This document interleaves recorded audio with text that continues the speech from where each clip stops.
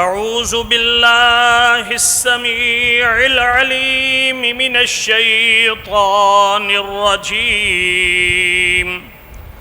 من ہمزہ ونفخہ ونفثہ بسم اللہ الرحمن الرحیم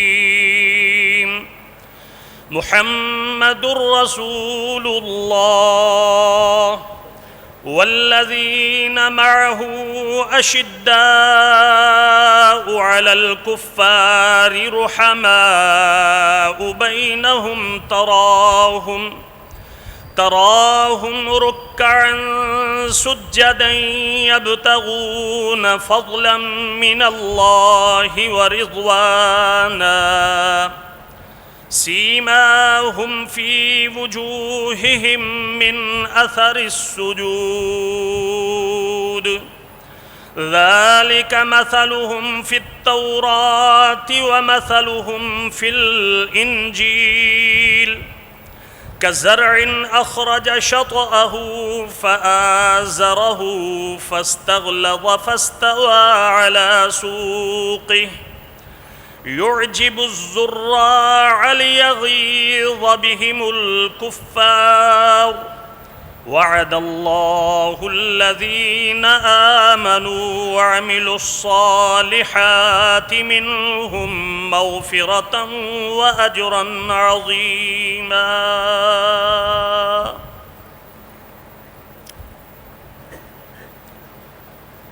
ہمہ قسم کی تعریفات، کبریائی، عظمت، رفعت اور بلندی صرف اللہ ملک العلام ذوالجلال والاکرام کے لیے ہے، جو ساری کائنات کا خالق، مالک، رازق،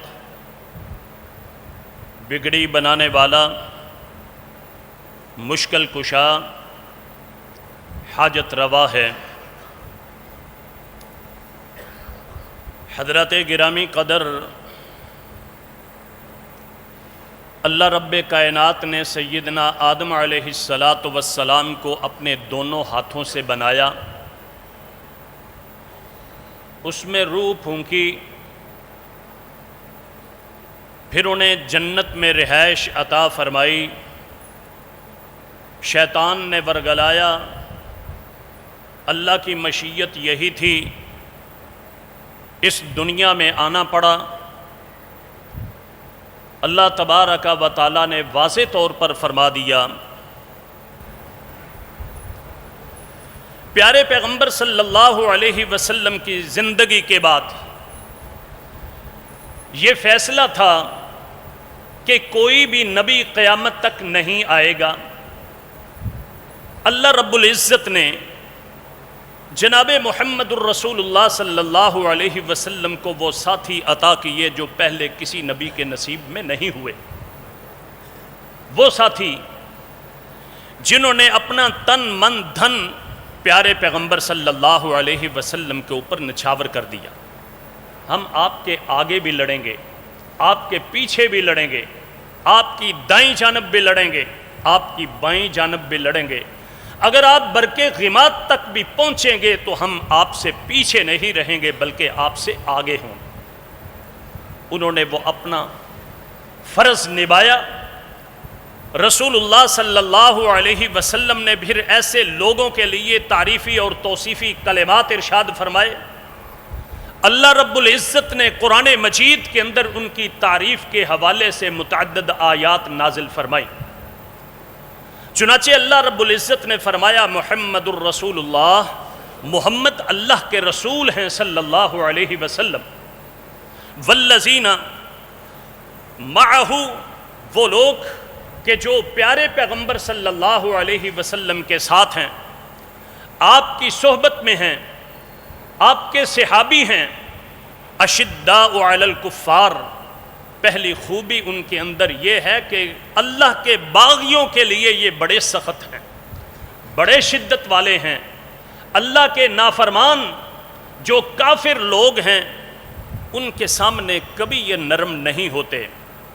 رحماء بینہم، ان کی دوسری خوبی یہ ہے کہ یہ آپس کے اندر محبت اور تودد میں پروئے ہوئے ہیں، ایک دوسرے کے لیے بڑے ہی رحم دل ہیں. حلم اور برداشت ان کی بہت بڑی خوبی ہے. یہ نبی کریم صلی اللہ علیہ وسلم کے تمام صحابہ کی شاندار تعریف اللہ رب العزت نے ذکر کی. نبی کریم صلی اللہ علیہ وسلم کے ان جانساروں کو لفظ صحابہ کے ساتھ تعبیر کیا جاتا ہے. آج کے اس مختصر وقت میں ویسے تو تمام صحابہ اکرام رضوان اللہ علیہم اجمعین، اللہ رب العزت نے ان کے متعلق ایک سرٹیفکیٹ دے دیا ہے، رضی اللہ عنہم ورضوا عنہ. نبی کریم صلی اللہ علیہ وسلم کے جتنے جانثار ہیں، وہ چھوٹے سے چھوٹا صحابی ہو، وہ بڑے سے بڑا صحابی ہو، اللہ رب العزت اس صحابی کے اوپر راضی ہو چکے ہیں، اور یہ صحابی اللہ رب العزت کے اوپر راضی ہو چکے ہیں. اللہ رب العزت نے کئی مقام کے اوپر فرمایا وَلَقَدْ عَفَا عَنْكُمْ، لوگوں اللہ نے تمہیں معاف کر دیا ہے. خاص صحابہ اکرام رضوان اللہ علیہ مجمعین کو مخاطب کر کے فرمایا، اور عامت الناس کو مخاطب کر کے فرمایا وَلَقَدْ عَفَا اللَّهُ عَنْهُمْ. لوگوں کسی غلط فہمی کے اندر مبتلا نہ رہنا، کسی صحابی کو تم معمولی نہ سمجھنا، کسی کے متعلق ایسی کوئی بات نہ اپنی زبان سے لانا، اپنے دل کے اندر کسی قسم کی کوئی ایسا خیال نہ کرنا. اللہ رب العزت نے ان سب کو معاف فرما دیا.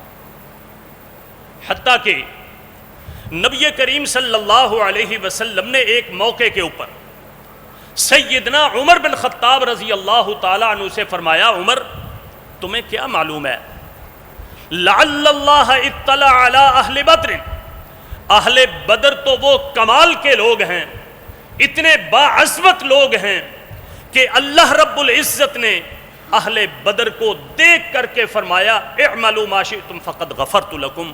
جاؤ رہتی دنیا تک جو بھی تم عمل کرو گے، کسی عمل کے متعلق تم سے کوئی پوچھا نہیں جائے گا، کسی قسم کی کوئی تم سے بات نہیں کی جائے. ہمارے لیے بڑا لمحہ فکریہ ہے. آج کے اس مختصر وقت میں خاص طور پر جناب محمد الرسول اللہ صلی اللہ علیہ وسلم کے خلیفہ ثانی، شہید محراب منبر نبوی صلی اللہ علیہ وسلم، نبی کریم صلی اللہ علیہ وسلم کی مراد سسر نبی اور داماد علی کا ذکر خیر کیا جائے گا. وہ اس لیے کہ سیدنا عمر بن خطاب رضی اللہ تعالیٰ عنہ انہی دنوں کے اندر اس حالت کے اندر وہ مبتلا تھے جسے موت و حیات کی کشمکش کہا جاتا ہے. 23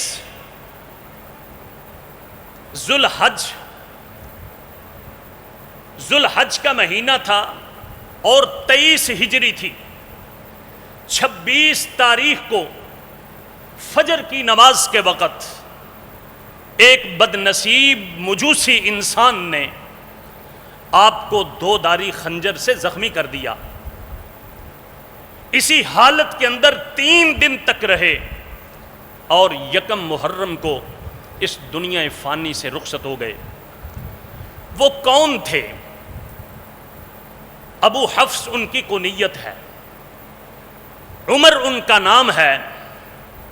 نبی کریم صلی اللہ علیہ وسلم سے جو انہیں لقب ملا الفاروق کے نام سے، حق و باطل کے درمیان فرق کرنے والے، چند ایک احادیث سیدنا عمر بن خطاب رضی اللہ تعالی عنہ کی فضیلت، منقبت، شان کے حوالے سے آپ کے گوش گزار کروں گا. یہ ہمارے لیے سوچنے کا مقام ہے کہ آپ صلی اللہ علیہ وسلم سیدنا عمر بن خطاب رضی اللہ تعالی عنہ کے متعلق کیا نظریہ رکھتے ہوں، لیکن ہماری سوچ ہماری فکر، ہمارا نظریہ کیسا ہونا چاہیے؟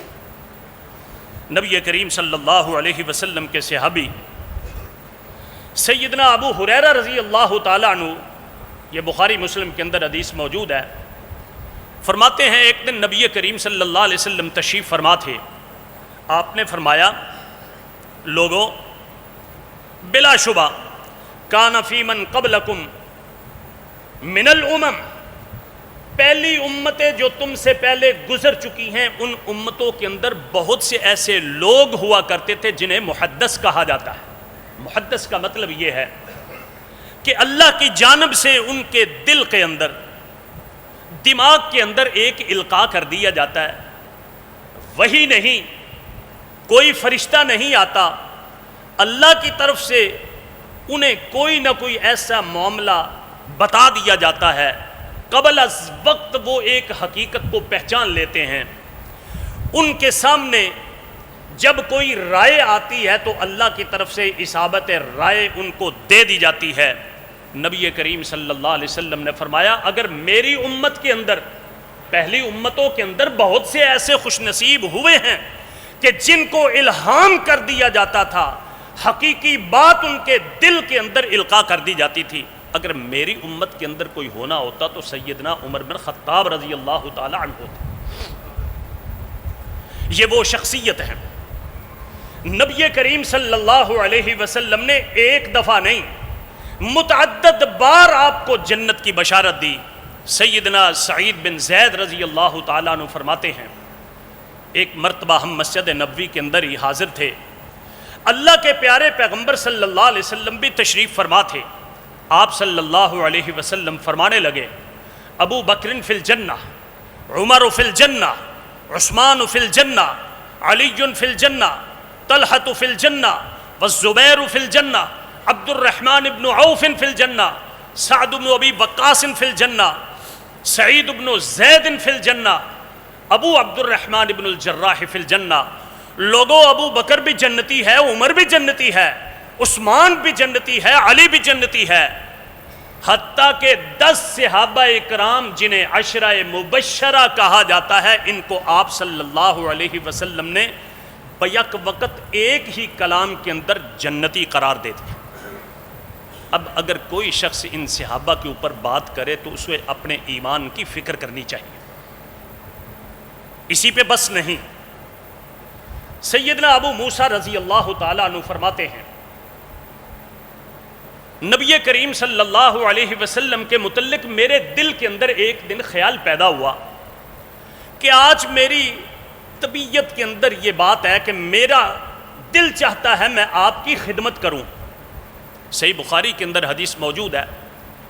ابو موسیٰ اشعری رضی اللہ تعالیٰ عنہ فرماتے ہیں، میں نے اپنے گھر سے ہی وضو بنایا، وہاں سے میں نکلا، نبی کریم صلی اللہ علیہ وسلم کو ڈھونڈتے ڈھونڈتے آپ کے گھر یا مسجد کے اندر پہنچا تو مجھے پتہ چلا کہ آپ یہاں سے نکل کھڑے ہوئے.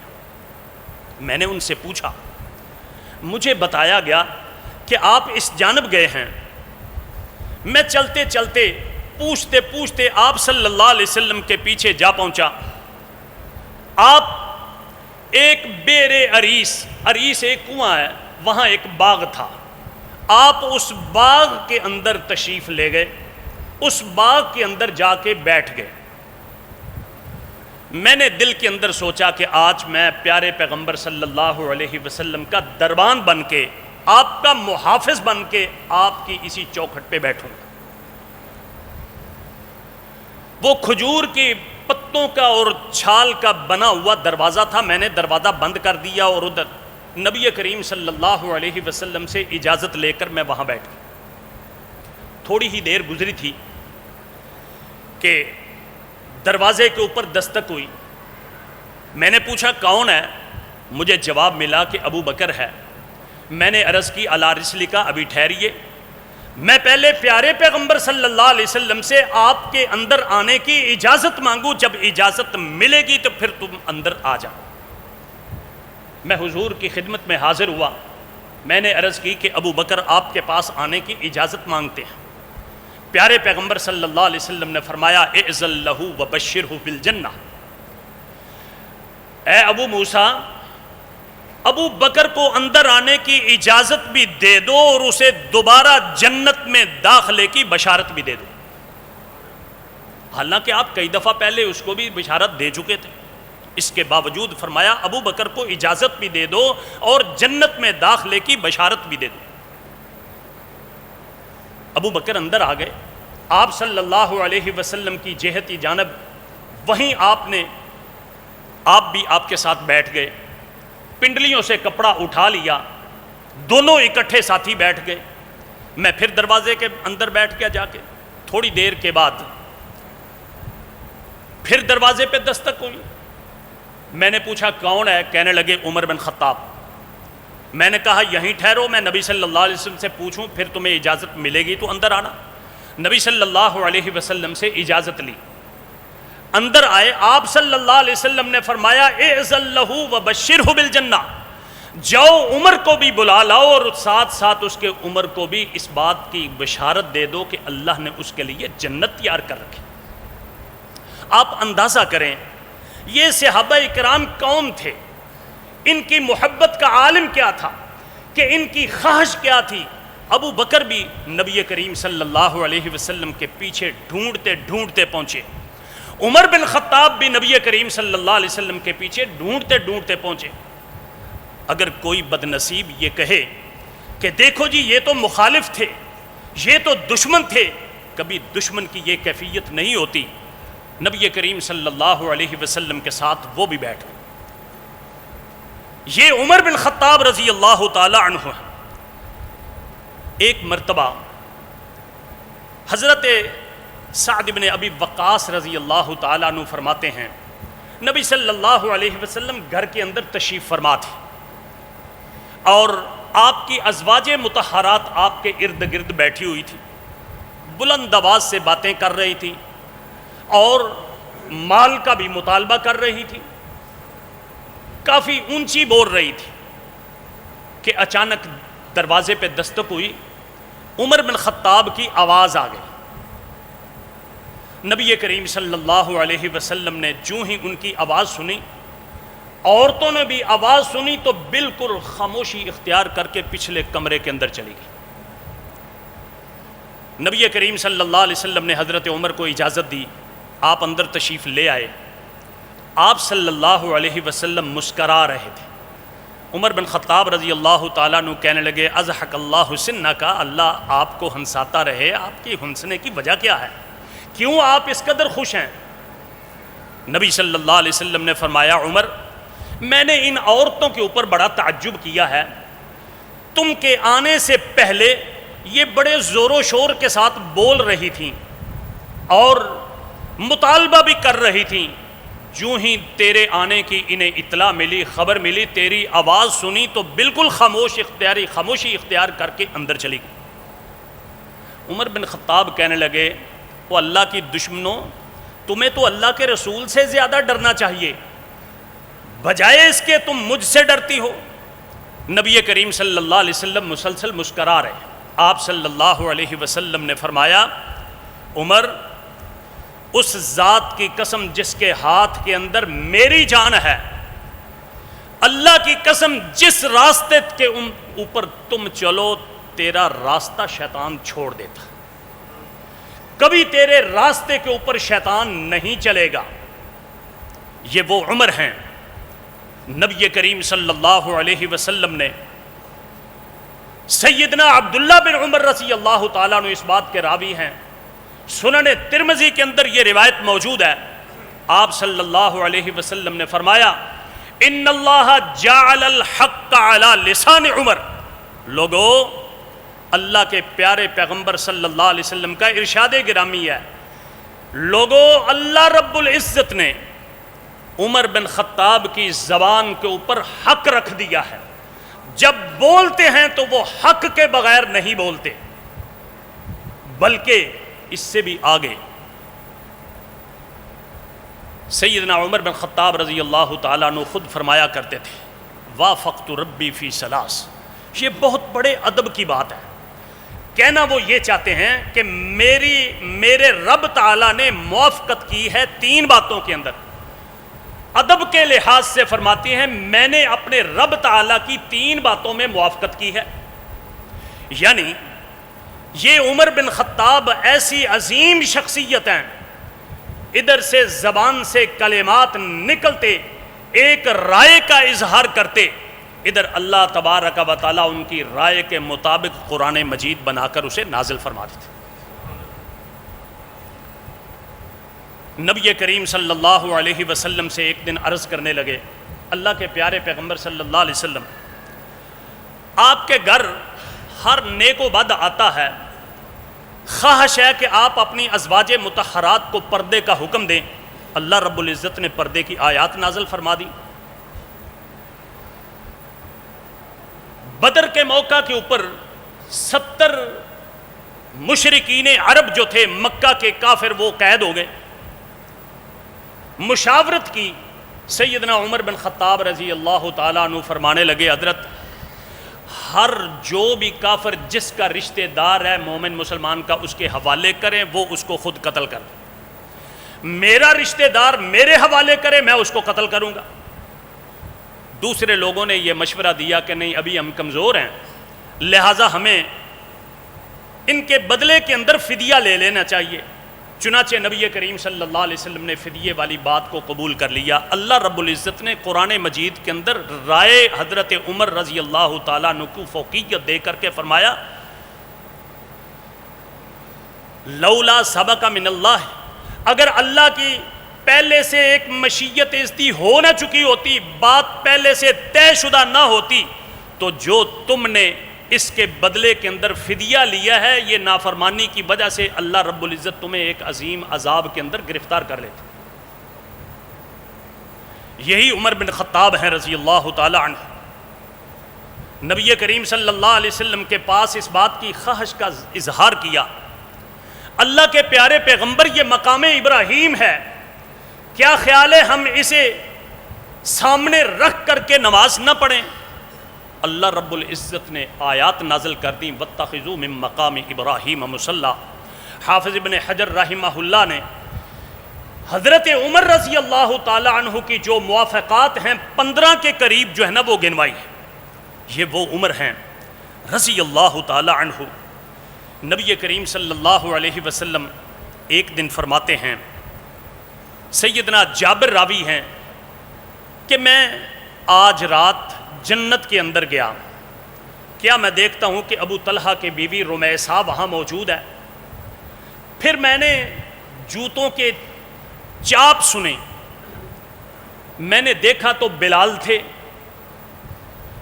اسی اثناء میں میرے سامنے ایک شاندار محل پیش کیا گیا، بہت ہی خوبصورت. ایک روایت کے اندر ہے سونے کا بنا ہوا محل میرے سامنے پیش کیا گیا. میں نے پوچھا لمن ھذا القصر، یہ محل کس کا ہے؟ کہنے لگے لعمر بن الخطاب، عمر بن الخطاب، یہ تو عمر بن خطاب کا ہے. نبی کریم صلی اللہ علیہ وسلم فرماتے ہیں کہ اس محل کے باہر کے حصے کے اندر ایک لڑکی تھی، وہ وہاں موجود تھی. میرا ارادہ ہوا کہ میں اس محل کے اندر جاؤں اور اس محل کو جا کے دیکھوں. ثم ذکرت غیرتک یا عمر، لیکن اے عمر مجھے تیری غیرت یاد آ گئی کہ تو کیسے برداشت کرے گا کہ تیرے محل کے اندر، تیری رہائش کے اندر میں بغیر اجازت کے اندر داخل ہوں. ادھر سیدنا عمر بن خطاب رضی اللہ تعالیٰ نے سنتے ہی زاروں کے تار رونے لگے. اعلیک اغار یا رسول اللہ، اللہ کے پیارے پیغمبر صلی اللہ علیہ وسلم، کیا میں آپ کے اوپر غیرت کھاتا؟ اس سے اس بات کا پتہ چلتا ہے کہ سیدنا عمر رضی اللہ تعالیٰ عنہ خالی ایماندار ہی نہیں تھے بلکہ جنتی تھے. یہی نہیں بلکہ اللہ رب العزت نے ان کے اندر غیرت بدرجہ اتم پیدا کی ہوئی تھی. نبی کریم صلی اللہ علیہ وسلم کے یہ صحابی ابو سعید خدری رضی اللہ تعالیٰ عنہ فرماتے ہیں، ایک دن نبی کریم صلی اللہ علیہ وسلم فرمانے لگے کہ لوگوں، آج رات میرے سامنے لوگ پیش کیے گئے ہیں. الناس یعرضون علی وعلیہم قمص، اس حالت میں کہ انہوں نے قمیصیں پہنی ہوئی ہیں، کسی کی قمیص یہاں تک ہے، اس کے سینے تک ہے، کسی کی قمیص اس کی کوکھوں تک ہے، کسی کی قمیص اس کے گھٹنوں تک ہے، ٹخنوں تک ہے۔ میرے سامنے عمر بن خطاب پیش کیے گئے اس حالت کے اندر کہ یجر قمیصہ، اتنی لمبی قمیص سی کہ پاؤں تک جو ہے نا وہ نیچے کھینچ رہے تھے۔ صحابہ اکرام عرض کرتے ہیں اللہ کے پیارے پیغمبر صلی اللہ علیہ وسلم فما اولتہ، آپ نے اس خواب کی تعبیر کیا کی؟ نبی صلی اللہ علیہ وسلم نے فرمایا الدین، عمر بن خطاب کے اندر دین بہت زیادہ ہے۔ نبی کریم صلی اللہ علیہ وسلم کے صحابہ سارے کے سارے دین کے اوپر چلنے والے تھے، کوئی شخص بھی مخالفت کرنے والا نہیں تھا، لیکن خاص عمر بن خطاب رضی اللہ تعالیٰ عنہ کو فرمایا الدین، کہ دین ان کے اندر، حتیٰ کہ عامر شعبی رحمہ اللہ ایک مشہور تابعی ہیں، جس دن عمر بن خطاب رضی اللہ تعالیٰ عنہ شہید ہو گئے تو کہنے لگے آج کے دن رفع 19 من العلم، اور لوگوں آج دنیا سے 9 حصے علم اٹھا لیا گیا ہے۔ ایک عمر کی وفات کے ساتھ 9 حصے علم اٹھا لیا گیا ہے۔ وجہ اس کی کیا تھی؟ یہی سیدنا عمر بن خطاب رضی اللہ تعالیٰ عنہ عظیم حکمران تھے، اپنی مجلس مشاورت کے اندر ان پڑھ اور جاہل لوگوں کو نہیں بٹھاتے تھے، بلکہ ان کی مجلس مشاورت، مجلس عاملہ جو ان کے ممبران ہوتے تھے وہ سارے کے سارے علماء ہوتے تھے، خواہ وہ نوجوان ہوں، خواہ وہ ادھیڑ عمر کے ہوں، اور خواہ وہ بزرگ صحابہ اکرام کیوں نہ ہو۔ کئی دفعہ اعتراض بھی ہوا اور سیدنا عمر بن خطاب رضی اللہ تعالیٰ عنہ نے اس حقیقت کو اجاگر کیا۔ یہ وہ عمر بن خطاب ہیں رضی اللہ تعالیٰ عنہ۔ نبی کریم صلی اللہ علیہ وسلم دعا فرماتے ہیں مکے کے اندر، اللہم اعز الاسلام، اللہ میں تجھ سے یہ درخواست کرتا ہوں کہ اس اسلام کو تو عزت بخش دے، تو اس کو غالب کر دے، تو اس کو عزت بخش دے، بِأَحَبِّ الرَّجُلَيْنِ إِلَيْكَ، اللہ دو بندوں میں سے جو تجھے زیادہ محبوب ہے اس کے ذریعے اس اسلام کی عزت افزائی فرما، بعمر بن ابی جہل او عمر بن الخطاب، اللہ جو تجھے ان دونوں میں سے محبوب ہے اس کو اسلام کی عزت کے ساتھ نواز دے۔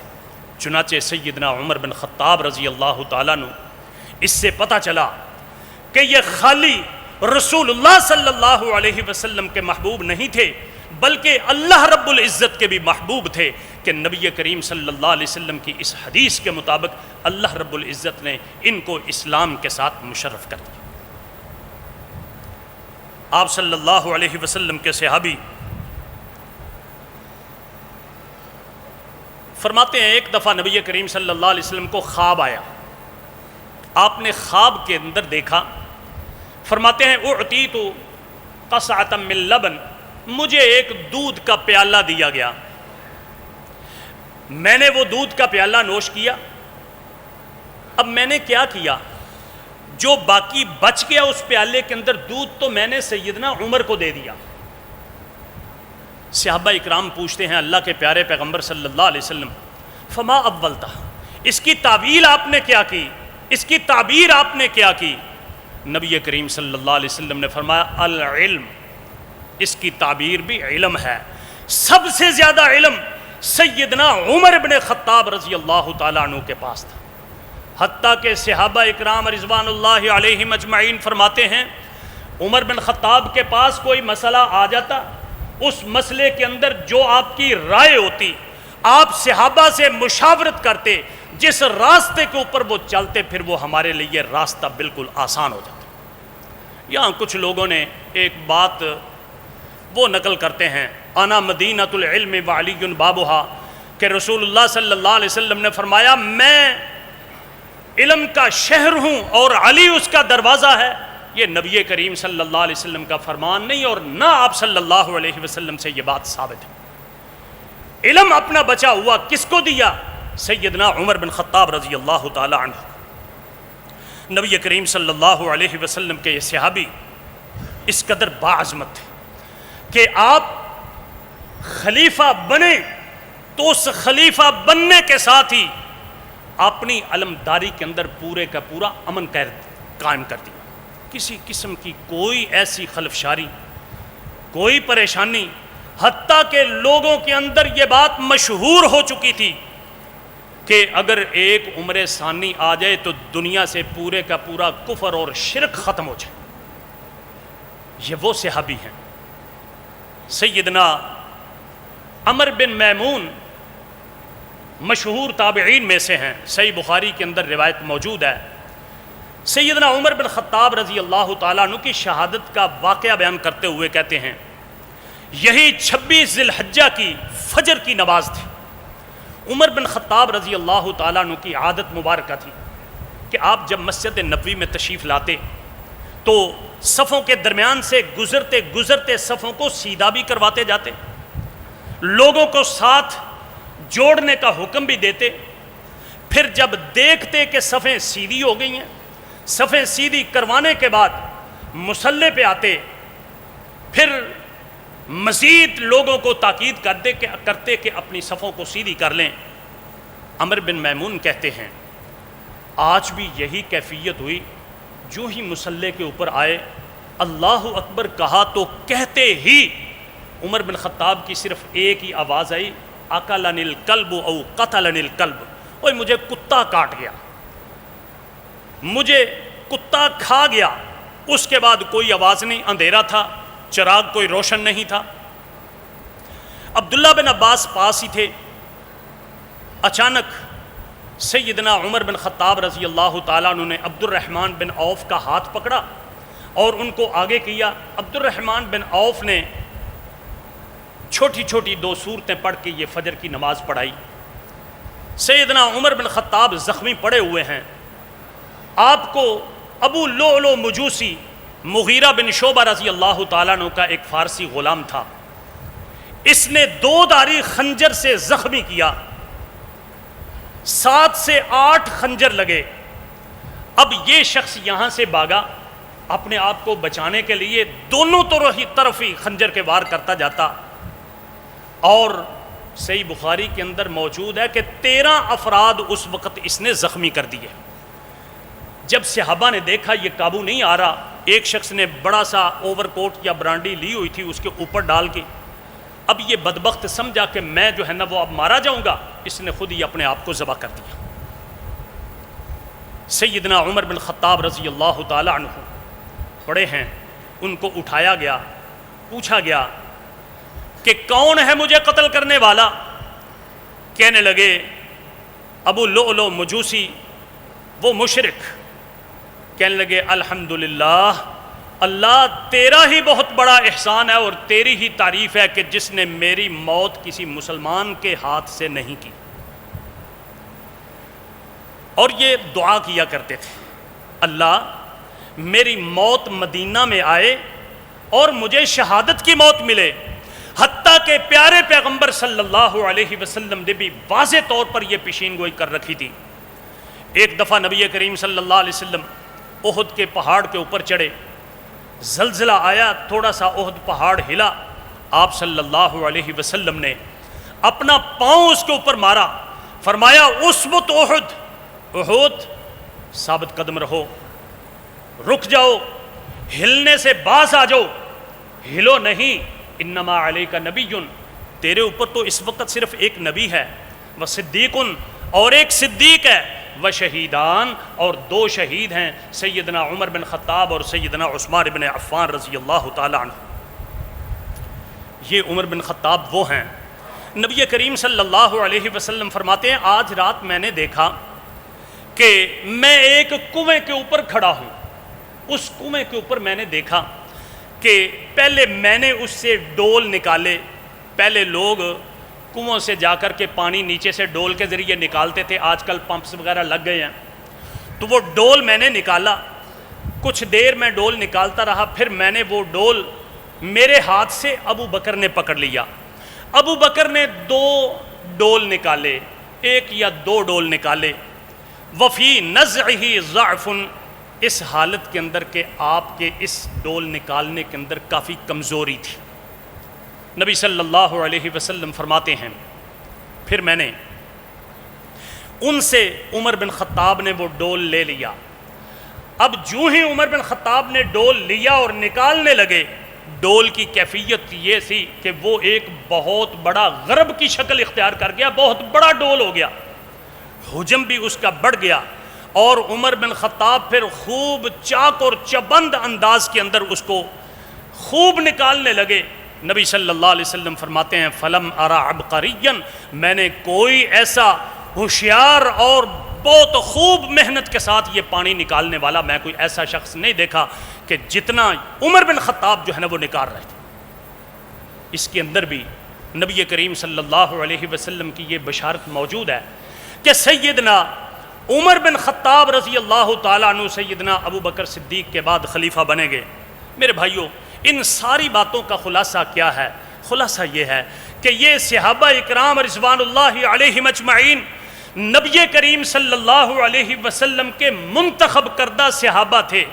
صحابی کہتے ہی اسے ہیں کہ جو نبی کریم صلی اللہ علیہ وسلم کو اس حالت کے اندر اس نے دیکھا ہو کہ مؤمنن بھی، کہ آپ کے ساتھ ایمان لا چکا، اور اس حالت کے اندر اس کی وفات ہوئی ہو کہ حالت اسلام کے اوپر کوئی ایک صحابی بھی، اور خاص طور پر سیدنا عمر بن خطاب رضی اللہ تعالیٰ عنہ تو ان خوش نصیبوں کے اندر ہیں جنہیں نبی کریم صلی اللہ علیہ وسلم نے متعدد بار اس بات کا یہ باقاعدہ طور پر بشارت دی کہ آپ جنتی ہیں، جنت کے اندر آپ کا محل تیار شدہ دیکھا۔ نبی کریم صلی اللہ علیہ وسلم کے یہ صحابی اس قدر باعظمت تھے کہ آپ صلی اللہ علیہ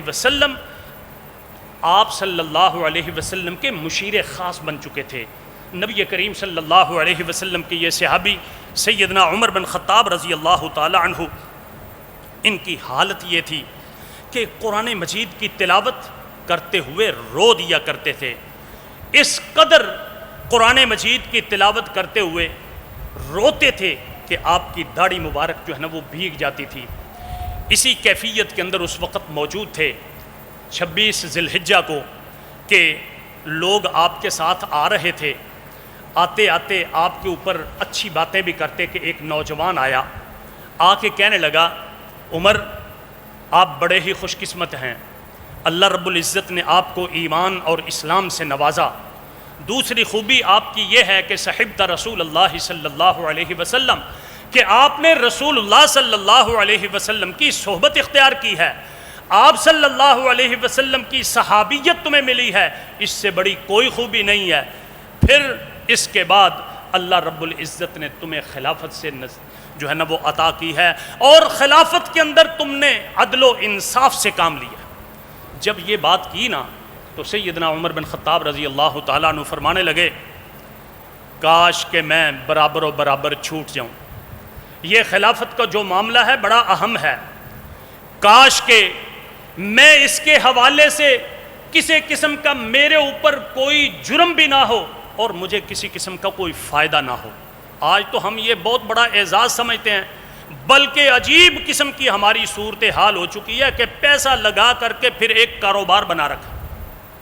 عمر بن خطاب رضی اللہ تعالیٰ عنہ کی خلافت کا حالت کیا تھی کہ رات کے وقت وہ گشت کیا کرتے تھے، دیکھتے تھے کہ میری رعایا کے اندر کون کمزور ہے، کس کو میری طرف سے پریشانی ہے، یا کون شخص ہے کہ اس کو پریشان کرتا ہے۔ حتیٰ کہ چلتے چلتے ایک جگہ پہ پہنچے تو دیکھا ایک خیمہ لگا ہوا تھا، اس خیمے کے اندر سے رونے کی آواز آ رہی تھی، رونے کی آوازیں آ رہی تھی۔ دور سے دیکھا تو پوچھا کیا معاملہ ہے؟ وہ عورت کہنے لگی عجیب قسم کی صورتحال ہے، میرے پاس کوئی کھانے والا نہیں ہے اور کوئی پرسان حال نہیں ہے، اور وقت بھی ایسا ہے کہ کوئی خلیفہ بھی خیال نہیں کر رہا۔ سیدنا عمر بن خطاب نے یہ حالت دیکھی تو واپس گئے، اپنے ملازم سے کہنے لگے اس جو وہاں سامان رکھا ہوا تھا اس شخص کو کہا یہاں سے گھی، شکر، آٹا اور جو چیزیں ہیں وہ میرے اوپر لاد دو۔ کہنے لگے میں چھوڑتا ہوں، کہنے لگے نہیں، کل کلاں سوال مجھ سے ہوگا، تجھ سے نہیں ہوگا۔ گئے وہاں جا کے ان کو دیا سامان، پھر انہوں نے باقاعدہ کھانا تیار کیا۔ وہی بچے جب کھانا کھا کے ہنستے کھیلتے ہوئے نظر آئے تو اس کے بعد عمر بن خطاب رضی اللہ تعالیٰ عنہ واپس آئے اور ان کو کہنے لگے آئندہ سے کبھی ایسے نہیں ہوگا، جب تمہارا خرچہ ختم ہو جائے تو فوراً مجھے جو ہے نا وہ بتا دینا۔ حضرت عمر بن خطاب رضی اللہ تعالیٰ عنہ وہ شخصیت تھی، انہوں نے ایک چراگاہ متعین کر رکھی تھی۔ اس چراگاہ کے متعلق یہ فیصلہ تھا کہ لوگ بڑے بڑے جتنے بھی ہیں جو مالدار ہیں وہ اس چراگاہ کے قریب نہ جائیں، اور ہنی کو کہنے لگے ہنی دیکھنا جو تھوڑے بہت غریب لوگ ہیں نا وہ اس چراگاہ سے جو بھی چرانے کے لیے آئیں ان کو تم نے کچھ نہیں کہنا، مال ان کا ہے، یہ انہی کے لیے ہے، لیکن بڑے امیر لوگ وہ تیرے قریب نہ آئیں، یہاں سے وہ کوئی شخص لینے نہ۔ کیوں؟ اگر عثمان کے اونٹ ختم ہو جائیں گے تجارت اس کی بڑی ہے، عبد الرحمن عوف کے اونٹ مر جائیں گے تو تجارت اس کی بڑی ہے، لیکن جو شخص جس کا کوئی اور نہیں ہے، جو چند بکریوں کا مالک ہے، ایک دو اونٹوں کا مالک ہے، اگر وہ مر گئے تو وہ میرے پاس آئے گا تو میں جواب کیا دے سکوں؟ یہ وہ عمر بن خطاب تھے خلیفۃ المسلمین رضی اللہ عنہم ورضوا عنہ۔ اللہ مجھے اور آپ کو صحیح معنی کے اندر خلیفۃ المسلمین عمر بن خطاب رضی اللہ تعالیٰ عنہ کے متعلق اچھا عقیدہ، ان کا احترام، ان کی محبت ہمارے دل و جان کے اندر ہونی چاہیے۔ ان آیات اور ان احادیث کی روشنی کے اندر ہمیں سوچنا چاہیے کہ جو لوگ ان کے متعلق باتیں کرتے ہیں ان کے ایمان کی کیا کیفیت ہے۔ اللہ رب العزت تو ان کو مومن قرار دے، اللہ رب العزت تو ان کو جنتی قرار دے، رسول اللہ صلی اللہ علیہ وسلم تو ان کو مومن قرار دیں، اور نبی کریم صلی اللہ علیہ وسلم تو انہیں جنت کی بشارت دیں۔ اور پھر یہی نہیں، حتیٰ کہ قبر کے اندر بھی نبی کریم صلی اللہ علیہ وسلم اور سیدنا ابو بکر صدیق رضی اللہ تعالیٰ عنہ کے ساتھ ان کو قبر کا بھی ساتھ جو ہے وہ ملے، یہ ہمارے لیے لمحہ فکری ہے۔ اللہ مجھے اور آپ کو علم اور عمل کی توفیق عطا